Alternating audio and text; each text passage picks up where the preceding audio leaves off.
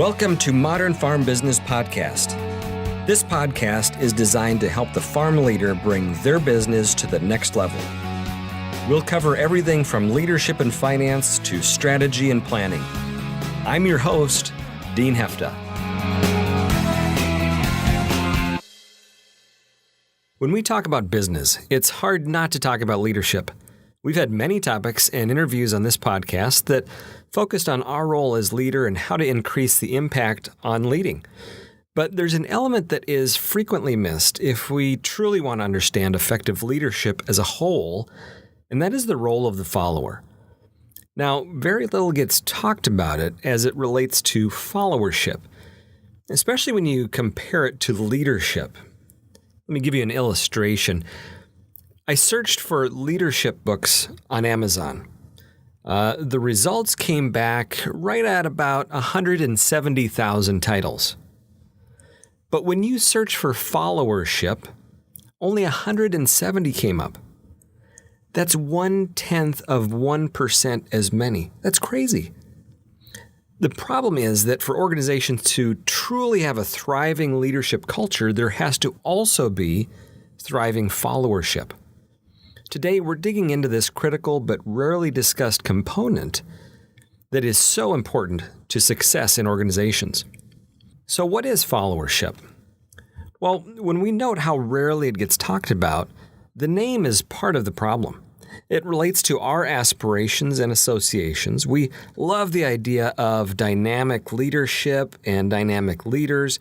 It's held up as a success and something that we should all strive to become. Whereas the concept of followership or follower can sometimes carry a negative tone. It might suggest a more passive role, waiting for direction, maybe lacking creativity, or simply being less important. But here's the gold. When we really look at amazing followership, you see how critical it is to not only success for leadership, but actually getting anything accomplished. For me, followership is not a position in a company, but rather how we go about the function of following. How is it that we're doing that on a daily basis? Here's an example. When Susan at your church comes in ahead of the service to make more bulletins because she heard the pastor mention that there are going to be more people this Sunday than normal, she's demonstrating followership. When you give orders to dump the load in bin number 6 and Jim says, "Hey, don't do that, it's already full," he's demonstrating the courage to stand up to the orders when they're wrong. That's tremendous followership. You see, our roles continually bounce back and forth between leader and follower, regardless of our position in an organization. Even if you are the CEO of General Motors, you will have follower functions that you will perform in your relationship to the board of directors and to the stockholders. See, we're always bouncing back from follower to leader. And so to truly be a great leader, we have to get comfortable and understand what it means to exhibit great followership. So let's dive into 5 behaviors that I see as signs that we, or maybe the people around us, are really fulfilling the role of a great follower. We're really exhibiting that followership. The first is humility. Now, there are lots of aspects to humility. We'd spend a whole episode on that. But in our thinking and acting as a great follower, I see humility as that requirement of self-awareness. This means really being aware of my own talents, the things that I know, what I don't know, my style with other people, and even my weaknesses. By being self-aware, I'm going to be more likely to know how can I contribute to the mission of my team, and how can I carry the vision of the leader forward. It helps me to recognize also when maybe sometimes I'm not the best person for the job. And so that humility is what contributes to having more self-awareness. Now think about it. Have you ever worked alongside someone who is just completely clueless about their own abilities? If you're leading the team, you may have found that their lack of awareness was a sticking point to even accomplishing the goal. They may not be able to do what they said that they would do, and so you can't count on them. Could be that their communication style completely turns the rest of the team off. Regardless, it slows progress and hurts you as the leader. The next one I call conscious commitment. This means that a great follower is making a decision to support and contribute to the mission and the people on the team. It's not just showing up because I'm getting paid. It's making the decision to say, I'm going to do what needs to get done for the sake of the team. I'm going to do it with excellence. Think about that helper that comes in because you're shorthanded for just a month. It's short term. They even say, I'm going to do my best to really make sure that the next 4 weeks is a success. Now, their mindset contributes to them looking for ways to maybe speed up efficiency for the team. Even if they're not really going to be around to experience the benefit, they're committed to doing their best when they're there. They've made that decision. And their focus is on how they can contribute to the goal and to the team. It's a decision they make, and you can feel it in their actions and in their attitude. The third one is expertise that acts. This is really about bringing two key things together in one. First, it's having some capability. Maybe it's a specific technical knowledge that you have learned and you're bringing to the team. Well, it could be that you're just tall, and so you can help us change light bulbs. Regardless, there's something that's unique and valuable that you can bring to the mission, bring to the team, contribute to the leader. But having expertise isn't enough to be a great follower. There has to be action. And when we are following, we are continually looking for opportunities that we can contribute our skills in ways that will move the team along. See, having the expertise isn't enough.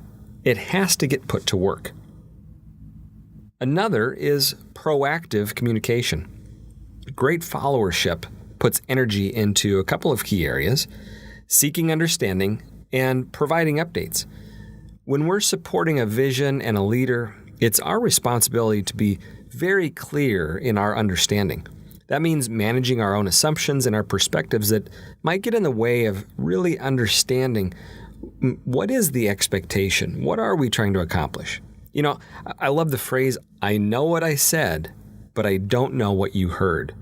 It really speaks to the risk of this communication breakdown that can happen in teams and in relationships. The key here is making sure we can give the leader confidence by sharing back what we think we heard and what we believe they need from us. The second part of this is providing updates. This is an awareness of the burden and the distractions that a leader might be facing and looking for ways to keep them informed. By being proactive in communication, we can provide a path for perhaps bringing the leader in if there's a problem, but also we're saving energy on the leader's behalf so they don't always have to be thinking of ways to get the updates that they need. Doing this means our thinking has to be focused on the question, in what simple ways can I keep my leader informed of my progress? Followership means seeking preferences from the leader. Do you want me to give you an update every afternoon? As well as offering new ways to keep the leader informed. Could be, would it be helpful for you if I sent a short email update each morning? The last one is courage through care. This is about how, using followership, we are willing to do things like defend the values of the organization, to encourage others around us to focus on the mission, even being willing to defend others who aren't around to defend themselves. And that courage may come from different sources: our own core values, the examples we've seen from others around us, the passion we have for the project, or any number of different areas. Regardless of the source of the courage, it's stepping up when there is risk. Maybe it's a decision that needs to be made and the leader isn't around. Or it could be standing up to, with respect and kindness, to our peers or leaders who are simply off course in their thinking or their behavior. You know the moments, the ones where it's easier to say and do nothing, but great followership isn't blind loyalty. It means continually balancing the mission and the whims of the leader, the complaints of the team, and so on.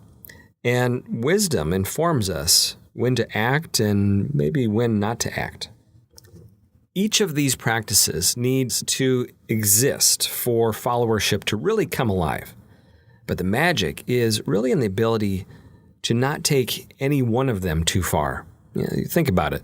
Too much humility could lead to too quickly deferring to others who may not actually be the better person for the role.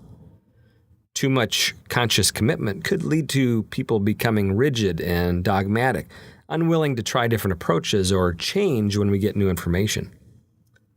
Too much expertise that acts potentially means being a know-it-all that jumps in and takes over at inappropriate times. Too much proactive communication could lead to the leader being just exhausted by frivolous information that does nothing but add distraction. While too much courage through care could lead to insubordination and chaos in the team as a well-intended follower continually confronts the leader. Now, we should also touch on what followership is not. I find it helpful to distinguish the thinking and the behavior in followership from the role of the follower.